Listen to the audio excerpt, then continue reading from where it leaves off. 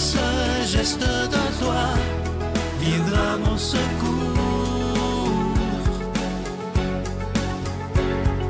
Viens semer dans mon âme le grain de l'amour. Je traverse un désert et je meurs de soif. Montre-moi le mystère qui garde la foi. Bonjour, bienvenue à votre émission La Victoire de l'amour en ce vendredi 15 mars 2024. J'espère que vous vous portez bien chez vous. On rejoint tout de suite, comme à tous les vendredis, pour sa chronique Claire Jacques. Et à l'homélie, ce sera l'abbé Stéphane Roy.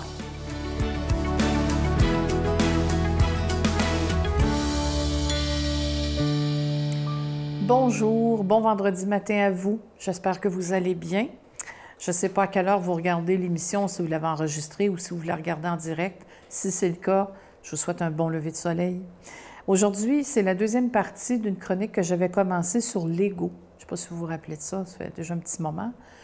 Aujourd'hui, pour la deuxième partie, je vais vous parler d'une forme d'ego dont on ne parle pas souvent, et c'est un peu délicatement que je m'en viens vous en parler parce que on est à la victoire de l'amour. Hein? Ce n'est pas une émission de cuisine ou de sport, là. On parle de spiritualité et ce matin, j'ose vous parler d'ego spirituel. Qu'est-ce que ça mange en hiver, ça, l'ego spirituel? Bien, l'ego, on se rappelle que c'est quelqu'un qui va parler au je, me, moi, bien souvent, mes projets, mes affaires, mes enfants, ma maison, ma réussite, mes projets, tout ça, avant de s'adresser aux autres et de voir comment ils vont.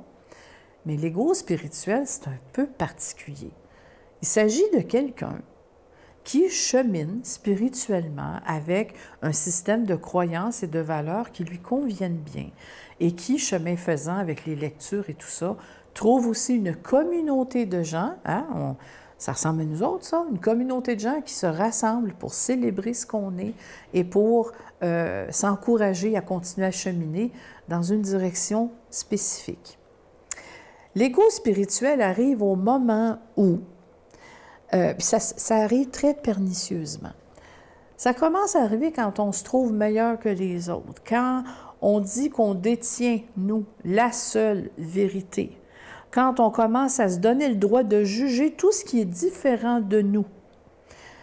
Et parfois, sous, je dirais, sous le désir de vouloir que les gens aient une vie meilleure, on va les obliger à suivre nos doctrines, nos croyances, notre foi, parce qu'on dit, bien, c'est ça, il faut que tu fasses, puis il n'y a pas d'autre chemin, puis c'est de même, puis si tu ne fais pas ça, bien, tant pis pour toi.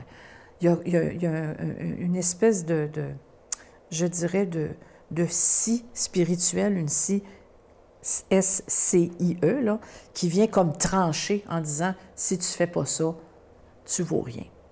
L'ego spirituel, c'est pas mal ça. Puis c'est pas seulement pour les croyances religieuses. Hein. Vous pourriez penser, par exemple, que dans 20 ans d'ici, avec les changements climatiques et tout ce qui se passe, les pôles magnétiques vont s'inverser et que la Terre va basculer. Et que là, vous dites aux gens, ça s'en vient, construisez des hamacs dans votre sous-sol, remplissez-les de denrées non périssables, de bouteilles d'eau, de tout ce qu'il vous faut pour les 10 prochaines années, et faites-vous des hamacs en lit aussi. Puis là, vous dites à tout le monde, croyez à ça, parce que sans ça, vous allez périr. C'est ça, l'ego spirituel. C'est quand on pense qu'on est les seuls à détenir la vérité. Alors que quand on vit une spiritualité et qu'on est tellement heureux d'être dans cette vie-ci, avec cette croyance-là, avec cette foi-là, ça parle tout seul.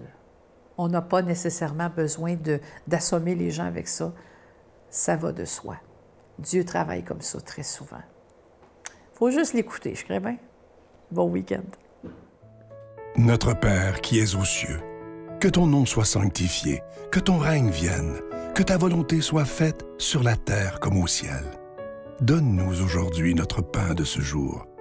Pardonne-nous nos offenses, comme nous pardonnons aussi à ceux qui nous ont offensés. Et ne nous laisse pas entrer en tentation, mais délivre-nous du mal, car c'est à toi qu'appartiennent le règne, la puissance et la gloire pour les siècles des siècles. Amen.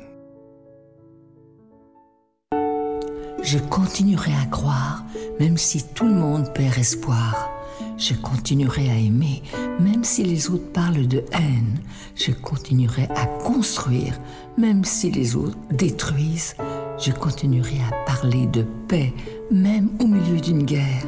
Je dessinerai des sourires sur des visages en larmes et je tendrai les bras à ceux qui se sentent épuisés. Oui, je continuerai à croire.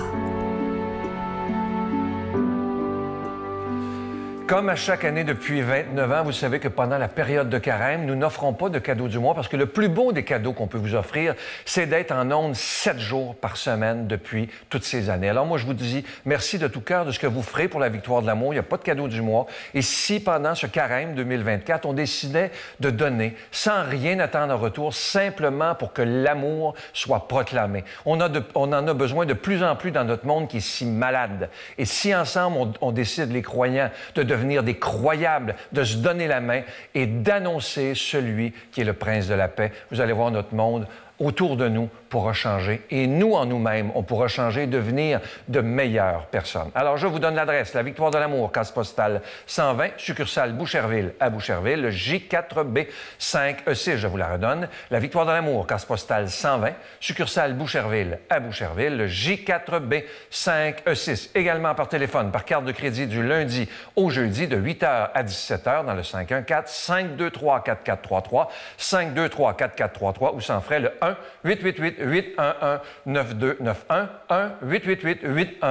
1-888-811-9291 et aussi sur notre site Internet qui est un moyen très rapide, sécuritaire et efficace de faire votre don, le www.lavictoiredelamour.org. Merci de tout cœur de ce que vous ferez pour la victoire de l'amour. Je vous disais dans les semaines passées que, vous savez, on a toutes sortes d'abonnements dans la vie. Hein? Vous savez, les abonnements que vous avez, des petits montants parfois, mais si on décidait d'avoir un abonnement pour la foi, de donner un petit peu à tous les mois pour que la parole de Dieu soit annoncée. Merci de tout mon cœur de votre grande générosité.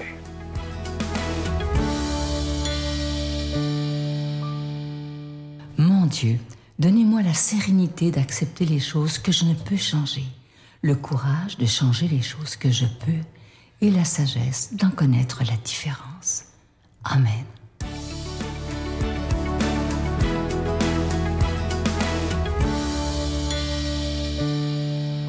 Bonjour à toi, bon vendredi. Évangile de Jésus-Christ selon saint Jean. La fête juive des Tentes approchait. Lorsque les frères de Jésus furent montés à Jérusalem pour la fête, il y monta lui aussi, non pas ostensiblement, mais en secret. La semaine de la fête était déjà à moitié passée quand Jésus monta au temple et se mit à enseigner. Quelques habitants de Jérusalem disaient alors, « N'est-ce pas lui qu'on cherche à faire mourir? Le voilà qui parle ouvertement et personne ne lui dit rien. » Les chefs du peuple auraient-ils vraiment reconnu que c'est le Messie?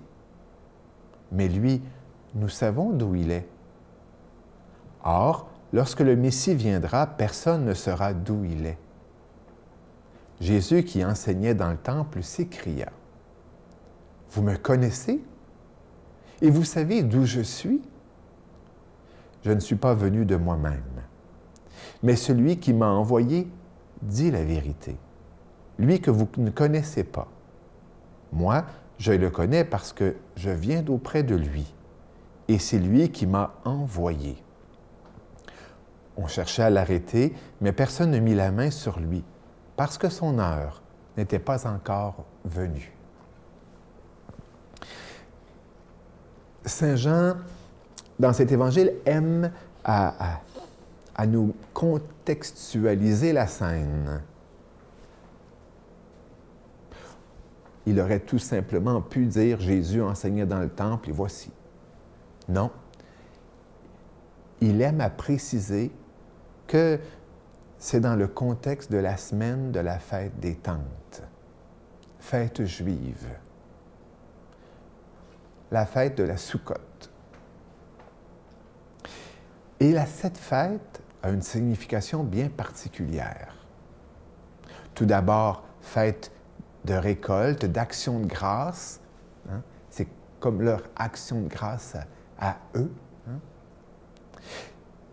La fête des tentes, du fait de son mot, évoque ce temps de passage, et pas qu'un petit temps, 40 ans, eh bien, où le peuple hébreu vivait dans cette traversée du désert sous des tentes, des maisons provisoires. Parce qu'il fallait que de jour en jour ou de semaine en semaine, le peuple puisse tout de suite lever les piquettes et puis continuer leur marche. Dans ce carême que nous vivons, la fête des tentes a toute sa signification. Ne t'installe pas, mais avance. Ne t'arrête pas, mais continue ta marche. Sachant très bien que c'est ce que Dieu nous demande.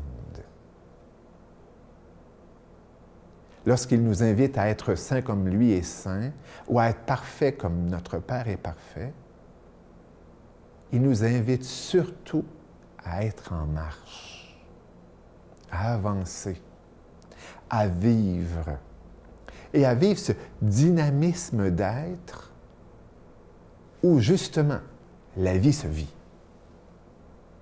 où la vie d'aujourd'hui n'est pas celle d'hier et pas celle de demain. En même temps, Jésus, dans cet évangile un peu énigmatique où les gens évoquent le Messie, on ne saura pas d'où il vient. Et lui, on le sait d'où il vient. Il vient de Nazareth. Hein? On connaît sa fratrie, on connaît sa mère et son père. Jésus va justement dire, non, vous ne me connaissez pas. Car bien que vous connaissez mon origine biologique, il y a un mystère en moi que vous ne connaissez pas encore. Et c'est une interpellation à connaître davantage ce mystère dont il est porteur. Dans cette marche vers Pâques, où, si tu t'en rappelles, hein, le jeudi, le premier jeudi de carême, je t'invitais à faire ce pas pour devenir plus beau, plus belle, eh bien, je nous inviterais à justement regarder ce mystère dont nous sommes porteurs et puis à nous questionner, à aller dans ce sens. Connais-tu le mystère dont tu es porteur, porteuse? Et vas-tu dans ce sens-là? Te souhaitant encore une belle marche de carême, je demande au Seigneur de te bénir. Amen. Je vous salue Marie, pleine de grâce. Le Seigneur est avec vous. Vous êtes bénie entre toutes les femmes, et Jésus, le fruit de vos entrailles, est béni. Sainte Marie, Mère de Dieu, priez pour nous pécheurs, maintenant et à l'heure de notre mort. Amen.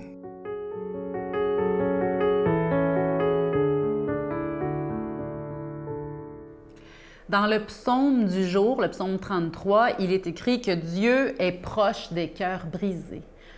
Prions pour tous ceux qui souffrent en ce moment dans notre monde, pour que des gens soient mis sur leur passage, sur leur chemin, pour qu'ils se sachent bénis, qu'ils sentent la bénédiction, la bienveillance de Dieu à leur égard. Oui, Dieu se fait proche, mais prions pour que les gens qui souffrent en aient conscience, qu'ils s'ouvrent à sa présence et à son amour. Prions les uns pour les autres, mes chers amis, notre monde en a tant besoin. Alors, je ne sais pas comment ça se passe au Québec, mais en France, nous, par exemple, quand on fait des dictées, on vous dit vous avez fait 3 fautes à votre dictée. Vous avez fait 4 fautes à votre dictée. On ne dit pas vous avez écrit 250 bons mots. C'est moi ton fils, c'est moi ta fille. Mais tes yeux me disent, tu comprends pas. Quand pour moi, ce sera plus possible. Pouvoir te serrer dans mes bras. Je te prendrai doucement par la main. Tout bas, je te dirai, je suis là. Si dans ta tête, tout est si loin.